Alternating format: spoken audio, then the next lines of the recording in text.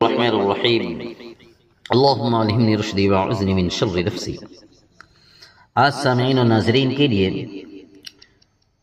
کچھ امام جعفر حضرت جعفر صادق رحمۃ اللہ علیہ کے اقوال میں سے ہیں کہ ان کے اقوال میں سے یہ بات آتی ہے کہ فاسق و فاجر کی صحبت اختیار مت کیا کرو، کیونکہ تجھ پہ بھی فسق و فجور غالب آ جائے گا پھر۔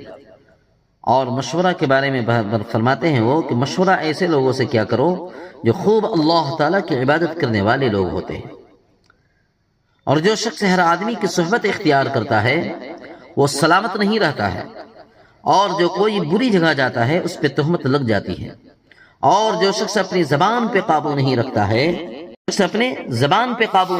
وہ شرمندہ اور پشیمان پھر بعد میں ہوتا ہے۔ اسی لیے کہا جاتا ہے کہ کسی سے بے اعتقادی بربادی ہے اور نکتہ چینی یہ بدنصیبی کی علامت ہے۔ اسی طریقے سے حضرت جعفر فرماتے ہیں توبہ کرنا تو آسان ہے لیکن گناہ چھوڑنا مشکل ہے انسان کے لیے۔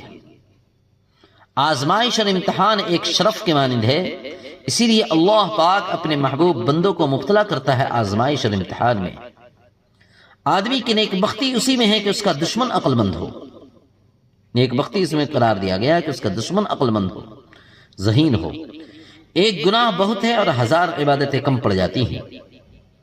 اسی طرح حضرت جعفر صادق رحمۃ اللہ علیہ کے فرمان میں سے یہ بات آتی ہے کہ عبادت بلا توبہ درست نہیں ہوتی ہے، کیونکہ اللہ تعالیٰ نے توبہ کو عبادت پہ مقدم کیا ہے۔ فضیلت اگرچہ جماعت میں ہے، فرماتے ہیں کہ فضیلت اگرچہ جماعت میں ہے مگر سلامتی گوشہ نشینی میں ہے، تنہائی میں، خلوت نشینی میں ہے۔ زیادہ شکم شیری ہو کر کے کھا لینا اور فاقہ کشی دونوں عبادت میں رکاوٹ بنتی ہے۔ اسی طریقے سے وہ فرماتے ہیں کہ کھلی ہوئی عداوت یہ منافقانہ موافقت سے بہتر ہوتی ہے۔ تلوار سے جہاد مال کے ذریعے جہاد سے بہتر ہوتا ہے۔ کم عمر والے کے گناہ اپنے سے کم جان کر اس کی عزت کیا کر، اور دوسرے کے مال کا لالچ نہ کرنا بھی سخاوت میں داخل ہے۔ بلا کا نازل ہونا ہلاکت کے لیے نہیں، امتحان کے لیے ہوتا ہے انسان کے۔ غذا سے جسم کو اور قناعت سے روح کو راحت پہنچتی ہے۔ انتقام کی طاقت رکھتے ہوئے غصہ کو پی لینا یہ افضل جہاد ہے۔ گناہ ایک ناسور ہے، اگر ترک نہیں کرو گے تو برابر ہی بڑھتا رہے گا۔